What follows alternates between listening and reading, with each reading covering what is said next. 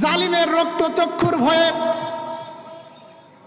Jail জুলুমের ভয়ে, ফাঁসির দড়ির ভয়ে যার কালিমা ছোটে না, ওর কালিমা কোনোদিন মৃত্যুর সময় আজরাইলকে দেখে ছুটবে না।